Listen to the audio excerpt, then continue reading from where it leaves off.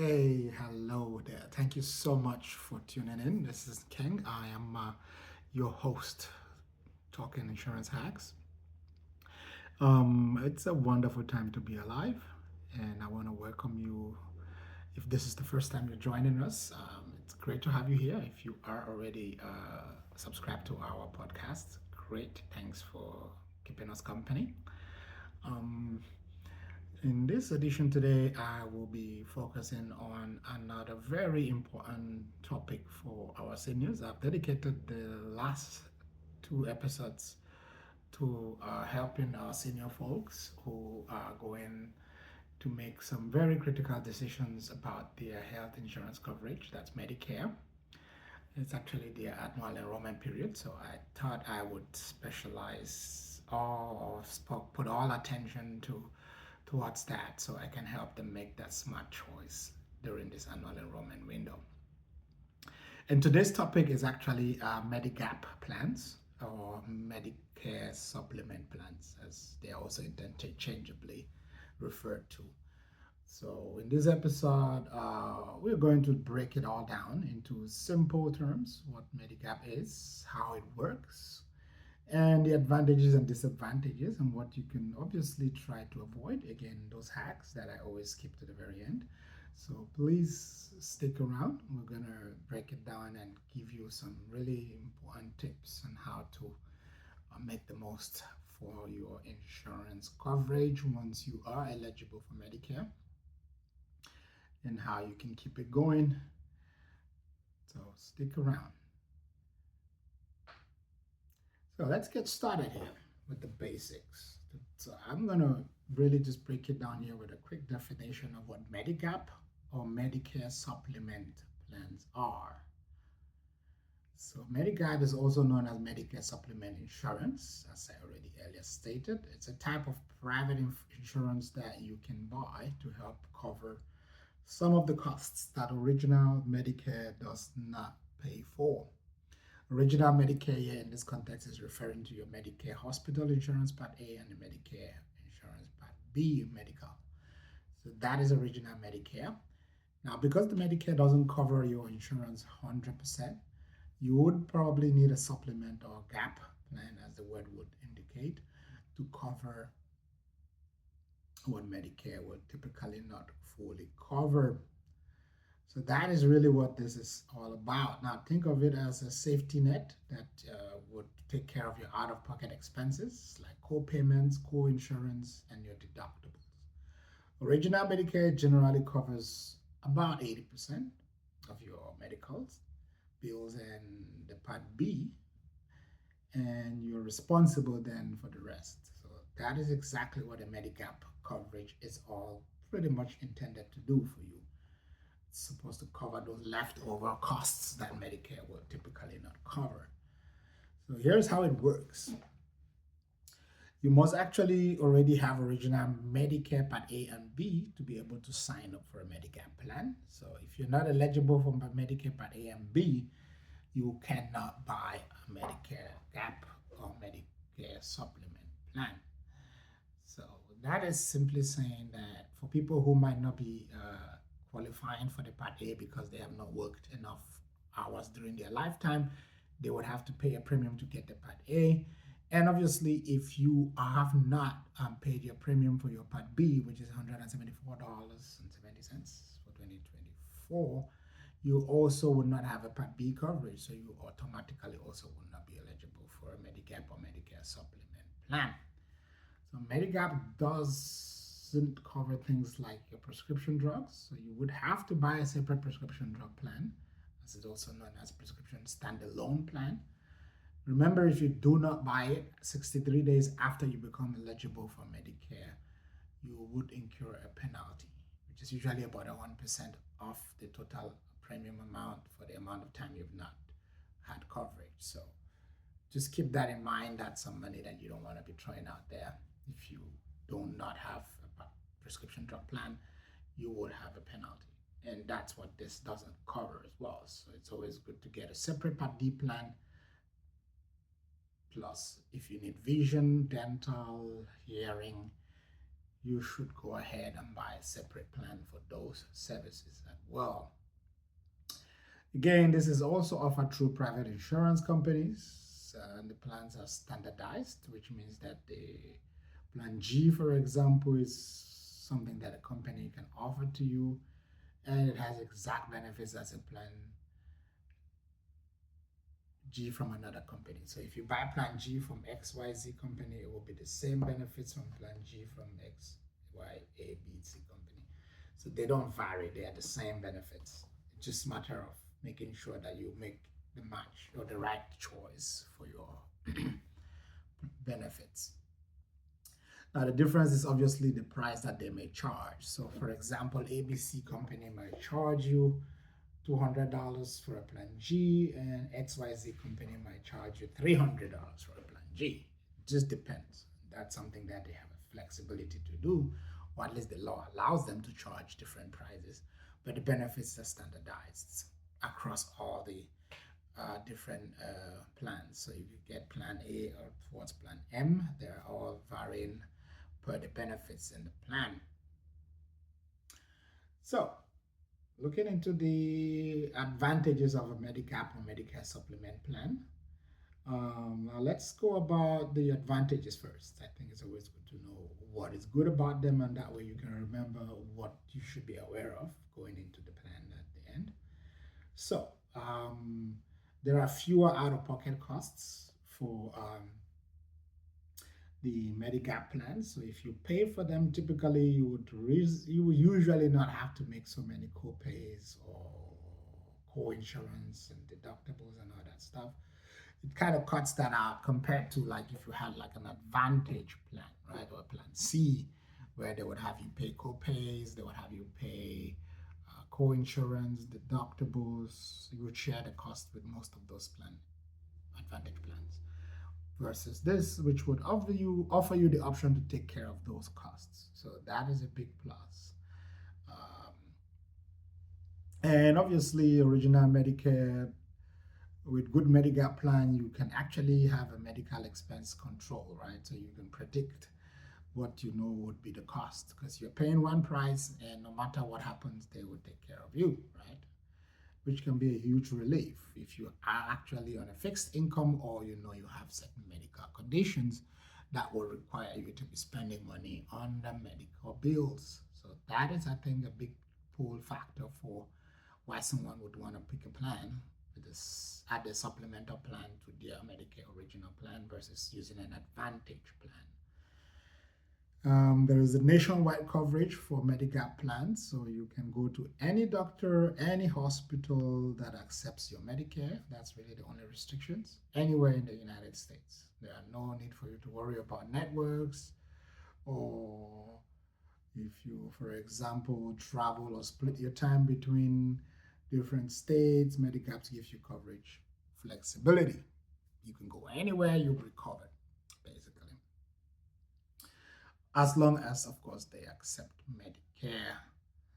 And there is that guaranteed renewal option for it as well. So once you are under a Medicare plan, once the plan has approved you from the origin, they will be guaranteed to cover you no matter what your health condition looks like. I mean, your health might deteriorate, and they don't have any choice but to keep your coverage. They can't deny not to renew your coverage because you fell sick or got sicker. That is not allowed by the rules of Medicare under Medicare supplement plans. So as long as you pay your premiums, your Medigap plan can't cancel on you, and the insurance company has to renew your plan each year, even if your health coverage situation changes, rather. So if you are someone who wants to limit expenses and costs for certain conditions that you know would definitely be there, then this is probably a great choice. It gives you the freedom to choose your doctors. You might also be able to see specialists without requiring any referrals. So those are really the big plus for a Medigap or Medicare supplement plans. Now, let's take a look at the opposite side of that coin, right? So there are two sides to every coin, and we've looked at the advantages: flexibility, predictability for costs for your care, and obviously all that good stuff where you can go anywhere and still have. Most of them actually would actually offer you worldwide coverage for emergency services as well. That's just a caveat I would like to add there. So if you're traveling out of the United States, most Medicare plans offer you worldwide coverage. It's not guaranteed, but most do offer it for emergency. Medicare would typically not offer you that anyway, just so you know. Or some Advantage plans would usually not include that. Some do, but most Medicare plans offer it. But let's talk about the things that you need to be careful about, right? So the disadvantages in this case. Of course, there are always going to be the downsides for everything. So everything that has its good side would always have its bad side, right? You gotta make that trade-off. For every good thing, you would get one bad thing or two things, something that's not gonna work right. So I'm gonna try to talk about them. The number one thing that you would probably notice is the premiums are relatively higher.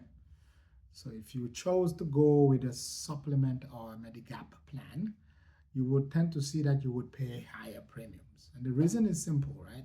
You're probably likely going to have the insurance company take care of your bills. So they kind of charge you upfront for that responsibility that they would be taking upon themselves to cover you. So your premiums are relatively high. I'm using a relative here in terms of what you would pay, say, for example, if you had a Medicare Advantage plan, right? Which sometimes could go as low as $0 a month. You would hardly see that under Medicare plans just because, again, in that case, you are saying, I'm taking all the responsibility to take care of my differences of what Medicare will cover, and I'm giving that over to you to take care of it if anything were to happen. So they would typically charge you upfront for that in higher premiums. I think that's really the number one takeaway here. The downside of Medicare plans, which for good reason, I would say, yeah. If you really have situations where you know you're going to be spending a lot of money on your medical bills, then this certainly would make all the sense in the world to use this option. The other downside I already mentioned earlier is there is no prescription drug coverage included. So you stand the risk of actually getting penalized if you don't buy one in time. When you go on to a Medicare plan, please make sure you buy a standalone prescription drug plan, just to avoid that you get penalized for not having a prescription drug plan, because it does not include prescription drug coverage. The insurance companies are not obliged to offer you that under Medicare plans, so you have that responsibility to get one for yourself, without which you will be opening up yourself for penalties from Medicare. So that's again another downside. I can definitely see you thinking, okay, I'll start adding those numbers. You got to pay the premium for the plan A through M, whichever plan you chose. You got to pay the premium for your prescription drug coverage. You got to pay a premium for your dental, vision, and hearing coverage if you need any of those ancillary benefits. Keep that in mind. Those are things you would have to factor into your care and plan them well. So those are all costs that will come with this. On the other hand, the Advantage plans will usually offer you most of those things, or at least some level of it, without any extra costs. So I think that is a good point to make here. So it doesn't really cover everything. While Medigap helps with most of your out-of-pocket expenses, does not cover dental, vision, hearing, transportation, fitness, and all that good stuff that you would typically come with Advantage plans, right? So that, I think, is another downside. There's a limited enrollment period. So there is actually a specific window called your Medigap Open Enrollment or Medicare Supplement Open Enrollment. And it is 6 months after you turn 65 and have enrolled in the Part B. So how that works out, it says that if you turn 65 and enroll in Part B, you got 6 months from that period to join a Medigap plan, after which you cannot join any Medigap plans. So that's really what I think is another downside, right? The other plans, you really don't have any limitations. You can always join a Medicare Advantage plan anytime. But the downside here is if you chose to go the route with Medigap, it's going to be right after you turn 65.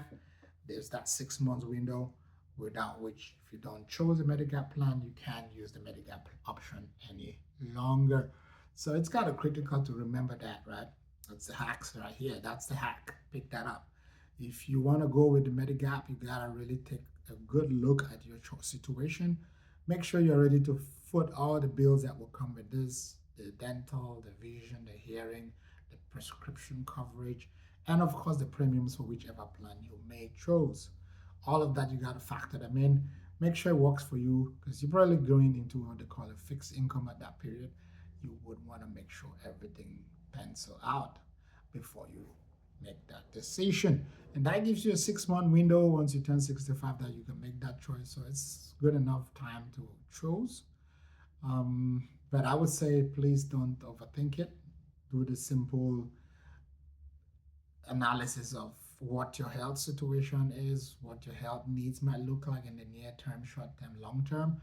Factor all of that in and see if it's something that would make sense. Again, I usually say for those who already know they will be incurring a lot of medical bills given their health situation, there's a no-brainer. Go ahead and find a plan that would cap your cost for you, and you don't have to worry about any co-pays, co-insurance, deductible, whatever.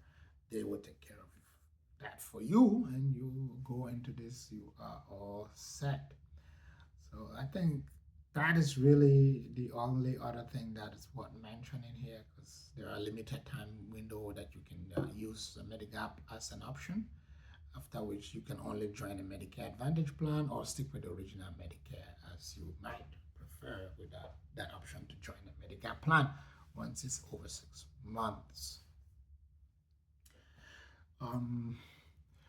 Just a little pause here, and I would like to use this opportunity to remind everyone listening. I'm a licensed health insurance professional, so I do provide services as well. And this podcast is part of an initiative from my agency, and it is to help everyone who needs insurance. And we do service life, health, retirement planning, annuity, all of that good stuff. So feel free to ask for help. If you need any help, we'll be more than happy to help you. This is information on how you can contact my agency is provided on this description on this video. Let's jump back in here, and we'll be wrapping it up here. What to avoid.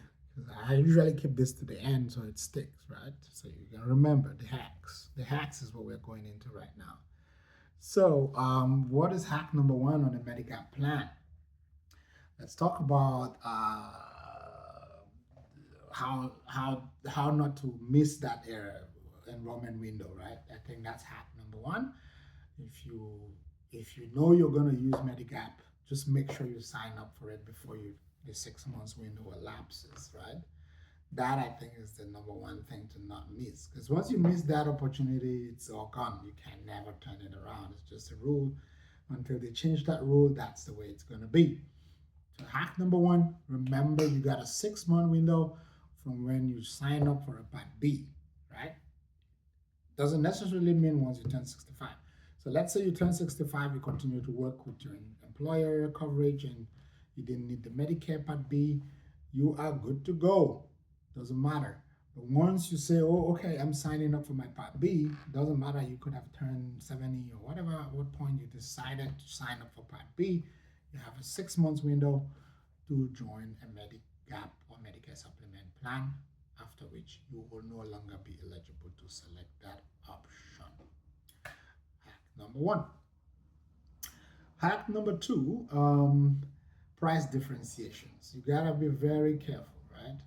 While Medicare plans are standardized, that means that the plan G from XYZ company will be the same price benefits for plan G for ABC company. However, remember they would not be charging the same price. So you want to look and compare, right? Make price comparison shopping, because XYZ company might charge you $200 and ABC company might charge you $300. keep that in mind, right? So that's hack number two. There is the price differentiation there, and the insurance companies have a right to charge different prices, but the benefits would standardize. Their benefits are standardized. So that I think is something to keep in mind when you go shopping for a Medigap plan. And obviously, hack number three, I cannot insist on this any more than saying, remember, any insurance coverage for health insurance is annualized. It's an annual coverage, right? So you're not doing yourself any service if you do not review your benefits annually. Doesn't matter how good it was this year. Just remember the insurance companies have renegotiated for the next year. So things are going to be different. What they're charging you this year can never be exactly the same next year. Some things might be the same, but most of the time things will never be the same, or at least some things will change. So if you do not review your plan, or XYZ company might have dropped their cost for their plan G, while X ABC company have raised their costs. So you might be on the impression that you're still paying the lowest price, while the other company is trying to beat the competition and they've dropped the prices. So that is hack number three. Always review your plan and make sure you are taking advantage of those changes that occur annually, right? That's a no-brainer. And obviously, getting out of the door here, never overlook that need for prescription drug coverage. I can't state it any more than I have already said. It's a warning. If you do not buy prescription drug coverage alongside with a Medicare plan, you will get a penalty. So if you go 63 days without a prescription drug coverage, you are going to be penalized by Medicare for not having a prescription drug coverage. So I cannot state that any more than I have done, and I left it at the very last because it's just not worth wasting your money and throwing your money into the bush. Please do not waste your resources, especially going into a fixed income in retirement. Every dollar or every penny would count. So I would hate to see you give that money away in penalties. Great. Now, I think I have touched pretty much all the different sectors of the Medicare that you might need to know. So we originally started on this podcast with Medicare generally and talked about the different parts of Medicare. And I went ahead and actually did a comparison on episode 2 about what are the advantages and disadvantages of choosing a Medicare Advantage plan versus sticking with the original Medicare. And in this edition, I've actually just kind of gone into more details of what the Medicare supplement or Medigap plans are, how you can actually use them to supplement a Medicare original plan, right? That's really all what this edition has been about. And I would like to say if you need help again with this, there are so many different plans under the Medicare supplement plan when it comes to choosing a Medicare plan. So the options are kind of consider some of those that will cover more, right? That you don't have to come out of pocket. I think that's really what to keep in mind. And I always say, remember the rule in insurance, especially health insurance, is always a trade-off. The higher you pay, the lower you would pay when you go to use services in terms of premiums versus co-pays.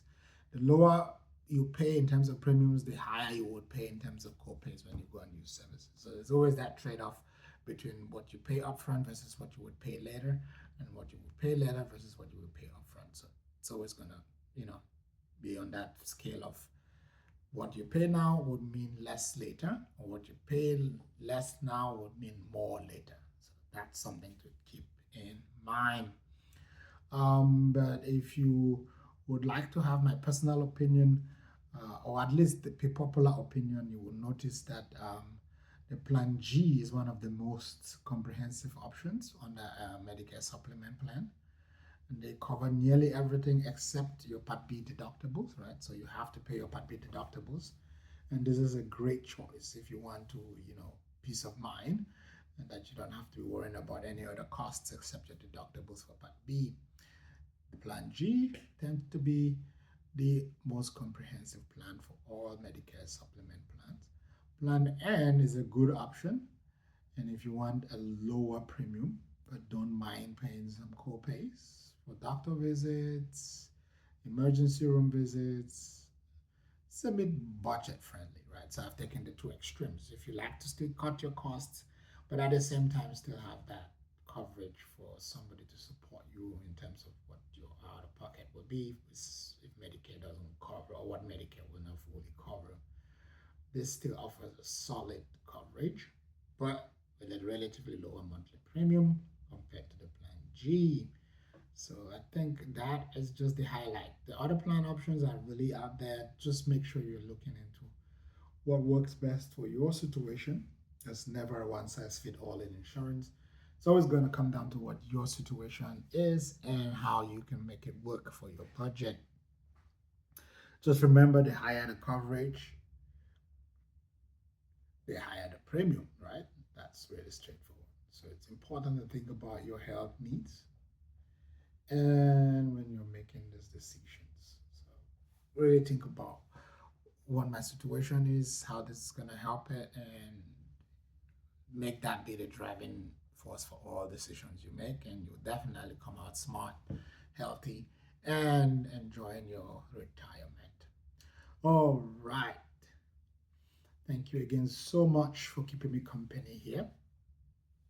I will go out by simply asking for you to take this one wisdom of what I would say my hack of the day is this really saves you the out of pocket cost that you would typically see with most Medicare plans, and then the freedom to see doctors and specialists out without any limitations per network, so to say, or referrals. You're not worried about things like that. So think about your budget, your health needs, and whether you need extra coverage like prescription drugs. Those are things that you should keep in mind when you are making decisions about a plan G or Medicare supplement plan, or which one will be right for you, obviously. Now, you can find more information on medicare.gov slash medigap slash dash supplemental dash insurance dash plans. I repeat, medicare.gov, medicare.gov forward slash medigap dash supplemental dash insurance dash plans. There you can compare all the plans and prices that are available in your area. And thanks again for being loyal listener to this podcast. And be sure to subscribe, leave a review, and share this to whoever you might think would find this information helpful in making that decision for their health coverage going into 2025. And I want to just give you highlights in the next edition where we'll be talking on the tax season that's coming up. I would bring in a CPA, one of the best that I found out there, and we're going to talk about some really important hacks that you can use insurance to bring down that tax bill. So tune in, and if you like, please go ahead and hit that notification so we can actually give you updates when that drops. We try to put on new edition episodes twice every week. I'm gonna make that as standard right now. It could be more often, but at this point we're doing twice every week, and we'll try to make episodes that are gonna link to what is actually in the vibe of the season. So right now we're actually in the Medicare annual enrollment window, running from October 15th through December 7th, during which all Medicare beneficiaries should make the choice for 2025. And that's why I'm kind of putting this out here right now to coincide with this period, so you can help yourself with this information to make smart decisions and stay healthy and save a lot of that money for your retirement. The next episodes I will be tackling individual and family coverage, which will run from November. Usually that's the open enrollment for individual and family coverage as well, and employee coverage. And we will then slide right into the tax season. So I would try to really make those things match with the season and make sure you're using information that is current and help you make smart decisions as to what this season would require. So again, my name is Ken Fokker, and it was a pleasure. Thank you so much for keeping us company. Till next time, have a wonderful rest.